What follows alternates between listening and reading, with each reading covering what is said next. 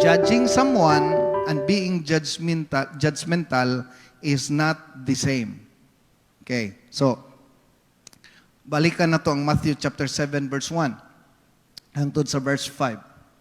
Ingon diri sa Matthew 7 verse 1, do not judge, or you too will be judged. For the same way you judge others, you will be judged. And with the measure you use, it will be measured to you. Why do you look on the speck of sawdust in your brother's eye and pay no attention to the plank of your own eye?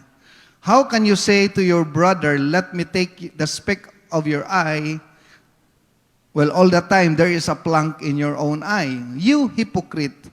First take the plank of your own eye, and then you will see clearly to remove the speck of your brother's eye. Ang point tayo ni Jesus Christ diri, nga nung giingon siya nga, do not judge, and then naingon siya sa verse 5, you hypocrite. It's about judging of the same sin nga nag-struggle. Kumbaga, ang imong problem is immorality, unya, ang imong nakita sa person is immorality, while ikaw chismosa, nakalimot ka nga you have the same struggle. Kung mayon kag sin, wagid patas kita tanan, makasasala kita tanan. So pointing out the sin of others, mo nang giingon ni Jesus Christ nga do not judge. Kay pareho ra tag measurement, pareho rag size ang atong sala. Okay? Kaya mas dako ginaiya kay nangabit good siya wag og kanang prejudice, no? Prejudice or prejudicism, prejudging. Okay? Halos murag sila na lang yung tanan makasasala niya, murag ikaw walay sala. Which sometimes kita nga mga Christian ing nanapod. Well, thank you Lord, nagrasyahan ta sa Ginoo, gibag-o ta naturally nahimo nato nasulti ni Jesus Christ. Ingon sa diri, because you who pass judgment do the same thing. So meaning, imong gitudlo iyang sala, mura po kagway sala. If you know the story of John chapter 8, no? Ingon si Jesus Christ, ang way sala mo'y unang mubato. So ang pinaka-requirements before ka mo judge sa uban, siguraduhas ang wa kay sala. Okay? Muna ingon ni Jesus Christ. So atong makita diri nga it's about dealing with something nga kani nga person gusto nimo i-push ang nasa imong mind. Sometimes naghimo tag judgment based on appearance, no? Based lang sa atong nakita, based lang sa atong panggawas nga panglantaw. Ingon dito sa verse 2, now you know that God's judgment is against those who do such thing is based on truth. So ang judgment sa Ginoo, kita based on appearance, ang judgment sa Ginoo based on truth. Meaning naay facts, naay reference, especially through the Word of God. So when you, a mere man, pass judgment on them and you do the same thing, okay? So kumbaga, imong giduot ang usa ka butang, nakalimot ka, naapog ka, muna ingon ni Christ, do you think you will escape God's judgment? Example nako last meeting, no, last Sunday. Ako konbiktado jud ko nga kana inigkadlawon gani. Inigkadlawon bisag walay pulis, walay tao. Unya mo biyahe ko, nya nay traffic light, nya stop. Bisan pag walay nakakita, mo stop gyud ko, di jud ko mo go. Ang uban mugo man, mga taxi mugo, wala nay tao ha. Nya labi na kanang nakay mahatod kag airport, nakay mga lakaw. Nya stop. Nya kadlawon man na, way sakyanan. Di jud ko mo go kay kabalo ko nga kung di ko katuman sa balaod nga makita, unsa mo pagtuman sa balaod nga di makita. So nagunaw na ko nga ginoglan taw, stop gyud ko. Di jud ko mo go. Pag no left turn jud ko. Kumbaga Christian conduct ba? Bisag way nakakita, buhaton ginato. Pero katong last Sunday, kay nagunahuna po ko nga Murag late ko, no? Wa ko ning gamit sa rotunda. Pero layo pa, naguna-huna na ko daan kung muliko ko dili. So, meaning, kumbaga, kaisa lang siguro nako to nahimo, pero di na makalimtan. Kaisa lang ako to nahimo, pero di na makalimtan. Nganong di makalimtan? Nagtanaw man akong anak. Ingon din siya, oops, unsa man na. No? So, ang point na to diri, kung mo accuse ko sa violation sa uban, no? Makabalita ko nga si Pastor Kenneth nag-counterflow, may kung pastor man unta na. Nakalimot ko ba nga violator pug ko? No, di ba? Usay ang nana ta, kusog kay ta mo hatag dayon og kanang immediate nga evaluation. Pastor man unta ka, dapat diling nana. Bit-bit gukas pangalan sa Ginoo. Mao na siyang gidiganahan sa Ginoo, judgmental spirit. Okay? Lahi ang to judge someone and being a prejudice. Muna iyon sa Ginoo, you think you will escape God's judgment? Okay?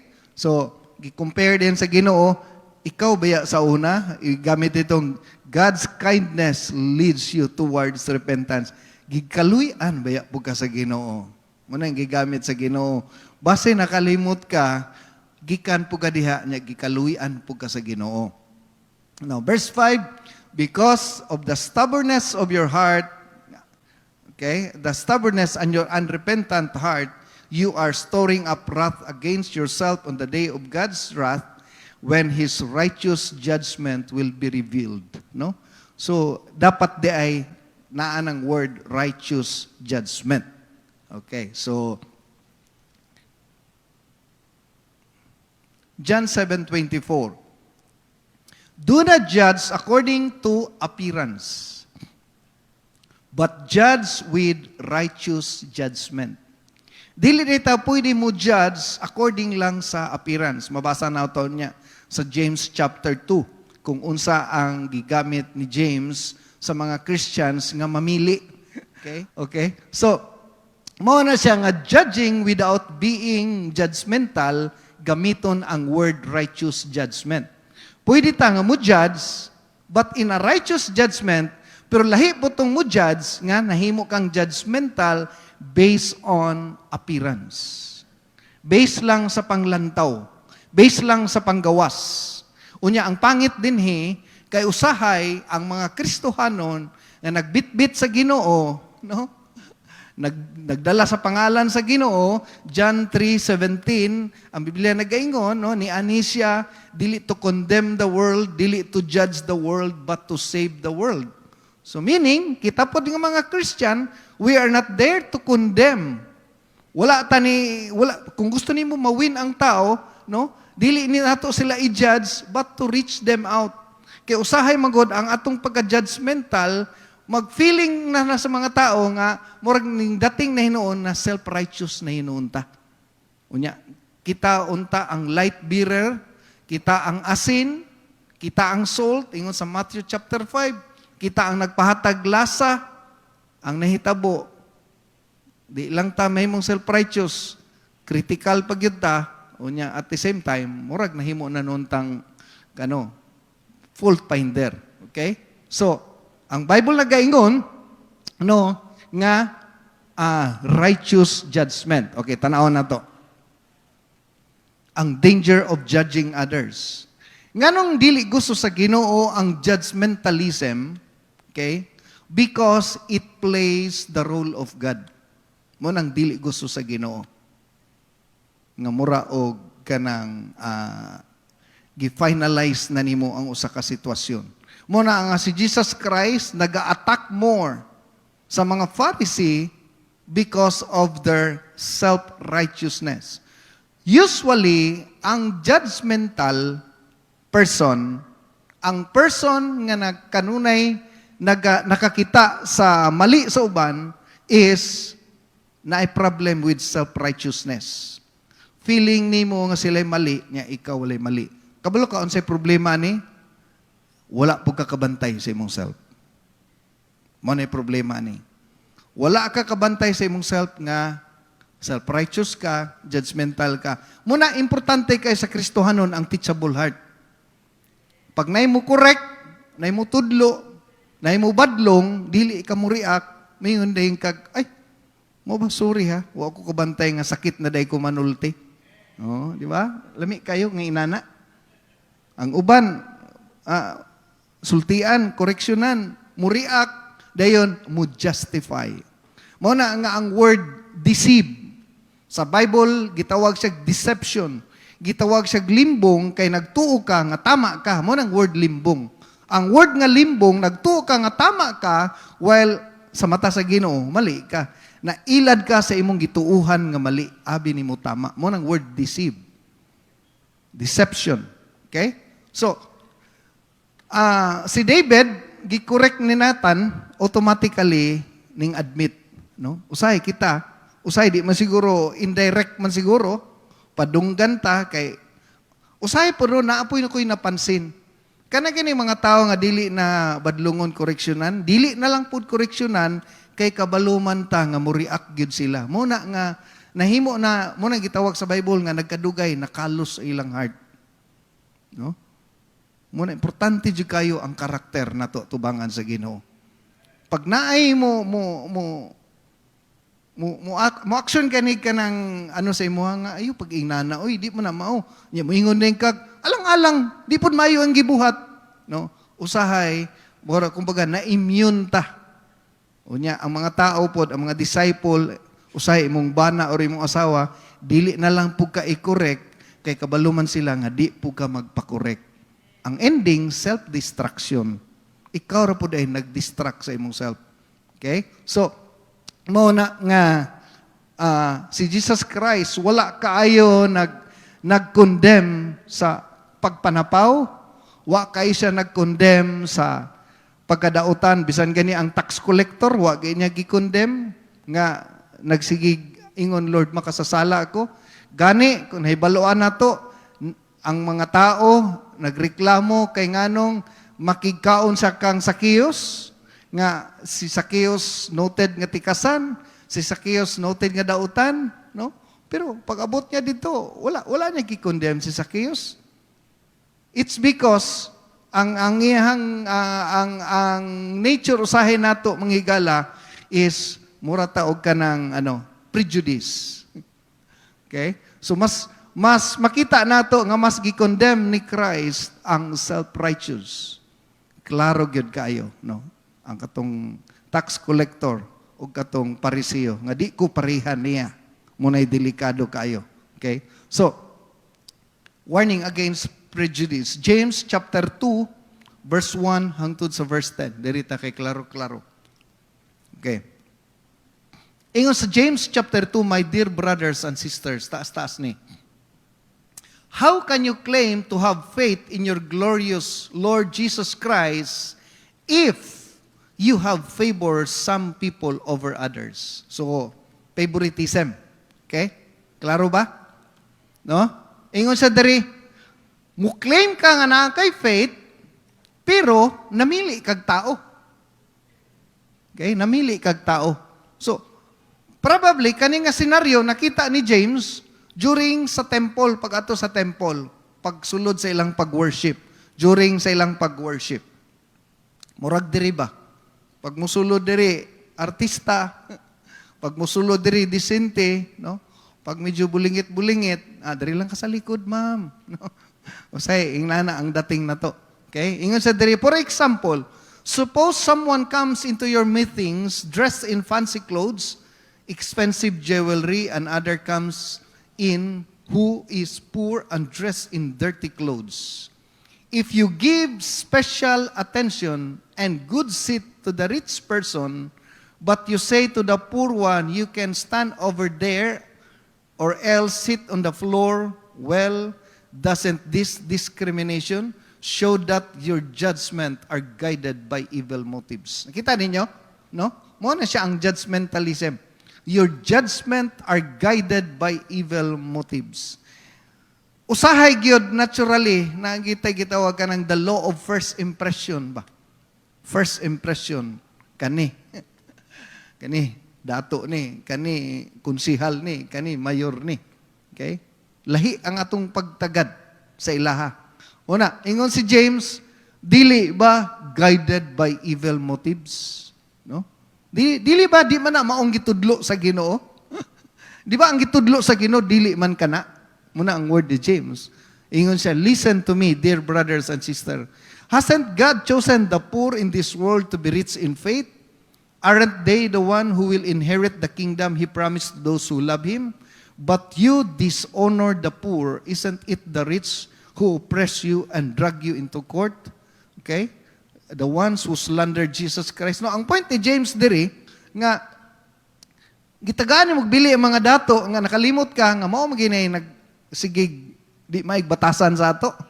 Mao ginay gadaog-daog sa ato. Nakita nako gahapon sa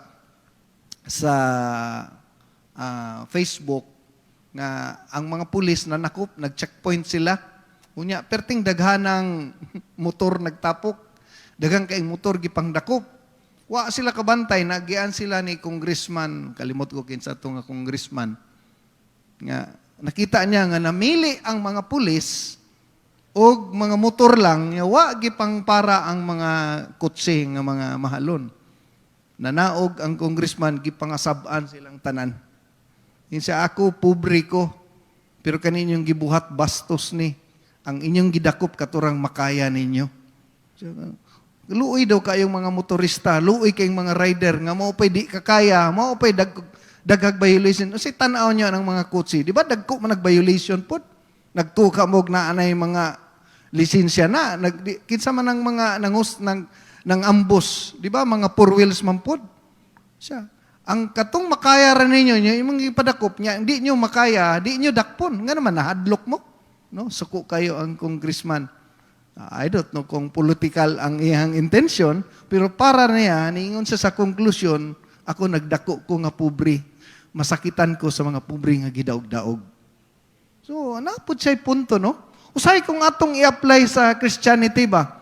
Nagtuo mo ka ng mga pobre, mga ultimo, gakiang-kiang diha, gatigya, chinilas diha, di ni mo tagaag pagtagad. Ingon sa Biblia, mas pinili sila sa Ginoo.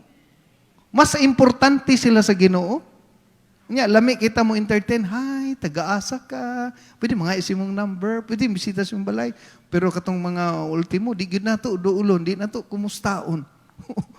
Wa ka kay balokin sana sila, no?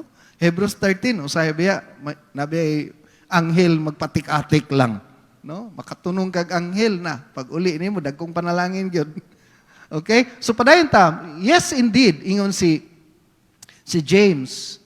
Okay? Insa, it is good when you obey the royal law as found in the scripture, love your neighbor as you love yourself. Ako ganahan kay ko anang word ba nga, love your neighbor as you love yourself. Kay kanang word gani nga as you love yourself, ang benefit dahil sa imo.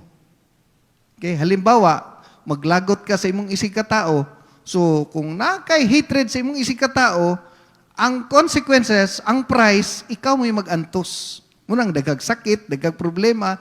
Kay, kung love nimo imong self, you have to love your neighbor. In the same way, no, muna ingon siya nga, ayaw pamili og tao. Okay? Anyway, kani nga subject is teaching us nga ang Kristohanon patas, no? Dili ta mahimong prejudice, matod pa. Kanang word prejudice, prejudge. Okay? Insa, but if you favor some people over others, you are committing a sin. No? Kita ninyo? The sin of favoritism. Mamili lang tagtao nga atong duulan. Okay? You are guilty of breaking the law. So for the person who keeps all the laws except one is guilty with the person who has broken all the laws. For the same God you said, you must not commit adultery, you must not murder. Okay? Verse 12, so whatever you say, whatever you do, remember, you will be judged by the law. Verse 13, money highlights. Verse 13, you will be no mercy for those who have not shown mercy to others. But if you have been merciful, God will be merciful when He judges you. Kanang in connection sa Matthew chapter 5, be merciful to others as your Father in heaven is merciful. Nga diri gibutang po diri, you will be no mercy for those who have not shown mercy to others. Pareha karon di nimo kaluy-an tong mga ultimo diri, dili ka maluluyon, dili kay ka mo stoop down at their level. One day, tawagon ka sa palasyo, diri, ikaw taas. Pag abot dito sa Malacanang, ikaw ang gamay. Kay dagko man imong kauban dito. So, ato makita diri, one day, manginahanglan pug ka og mercy. Okay? Siguro, dili ikaw nanginanglag tabang ron. Na mga tao nagkinanglag tabang. Moabot ang panahon, ikaw na po'y nagkinanglag tabang. Muna, giingon diri, one day you will need mercy. So, moabot rin pong panahon, mubalik, unbreakable law of God. No? Galatians 6:7, ang imong gitanom, anihon rin na gihapon nimo. So, warning, no? Muna nakatitle sa ko ang NIV nga Bible, Against Prejudice. Okay? So, being judgmental is the appearance of physical or behavior. Prejudice means to make opinion based on appearance. Ang tawag na na prejudice, no? Maningon nga ang mga tao diri mga prejudice. ang mga dato regi atiman. Ang mga dato regi tagad. Ang mga dato regi gi-entertain, no? Pag ang dato mamatay, grabe, all out ang support. Pag ang pobre ang mamatay, no, disciple ray mo adto, pangit pod, no? Dapat dili inginana. Okay? Humanata ni. Making right judgment of others should be. Unsa man ang kanang giingon ni Jesus Christ, no? Nga righteous judgment. Okay. Una, atong makita diri, no? In the right order. Number one, in the right order. Before that mo judge sa uban, dapat lantaw na to atong sala una. Our sin first. Remember, kita'y unang makasasala. Okay? So, that is why there are times, there is a church, sakto tong giingon ni Pastor Frank, no? Ang mga pastor judgmental. Why is that? They represent the church, no? Ang pastor nag-represent sa church. If someone caught in immorality, he has the right to judge you. Ang gi-judge, ang sala, dili ang person. No? And dili po nato i-misinterpret usahay, no? Karang word nga i-misinterpret, there are times, no, nga there is a church na agitay gitawag nato disciplinary action. It's because from the word gi-judge ang sala nga makadaot sa tibuok church. Okay. Now, butan na tong application sa tong own self, no? Nga kung mo judge naman lang ka sa person, make sure diya sa number 3 kabalo ka unsay mong purpose. Okay? So una, our sin first. Ako every time I talk to the person, moingon jud ko ako pud ingnana pud ko. Para makabalo siya nga ang akong purpose siya ha, dili to condemn. Okay? Every time I correct the person, pag naay mga tao nga naghimo og sala niya imong i-confront, imong duulon, make sure nga ibutang nimo imong kaugalingon. Okay? Okay, basin unya og you are too righteous to say nga murag wa jud kay sala. Ikaduha is with the right heart. Okay, kabulo ka nga ning word with the right heart. Ang pinaka-prone, vulnerable kaayo ang Kristohanon, labi na naluwas na, kanig yung self-righteous. Grabe kita. Prone kita sa self-righteous. Nya, ngiluhan kita sa uban nga murag nakahimo og sala. Nya, murabag, at siguro sa kahigayon, napakyas lang siya. Nya, makalimot ta usahay nga subject punta nga mapakyas anytime. Okay? Mapakyas ba kita anytime? Nya, labi na usahay ka nang nakalimot ka ba nga naa po kay sarili nimong tulubagon sa Ginoo. Okay? Mo na ingon sa Matthew 7:1, no? Nga dili gusto sa Ginoo nang i-point out nimo ang sala sa uban. So, with humility of the heart. That is why, no? Mga Kristohanon paminaw, paborito sa Ginoo ang teachable heart. Paborito sa Ginoo ang teachable heart. Nganong paborito sa Ginoo ang teachable heart? Pasabot manghigala, andam siya. Kay usay ba ano di ta kakita sa atong kaugalingon. Usay makakita sa ato kasagaran gyud atong bana or atong asawa. Usahay atong pastor, usahay atong mga kauban sa trabaho. Unya, pag istoryahan kita, ikaw ba pataka ala kag istorya? Sakit man siguro, no? Pero asa ato, no? Hindi kay usay mo react po dayon ka. Ikaw ba, wa kay hatag-hatag tithes? Ha? Kano sa man to? Iklaruho nimo. Okay? Kinahanglan, teachable ang atong heart. Kung naay mga tao nakakita sa atong mali, atong i-evaluate. Kumbaga, i-validate na to. Basin pud. Nagkamali ka, so sa kay gayon. Ako, dagang higayon, ginakorek ko sa kong word ni Jesus Christ sa John chapter 4, verse 1 to 26. Ang kaatubang ni Jesus Christ, 5 na kabuk lalaki, immoral nga babae. No?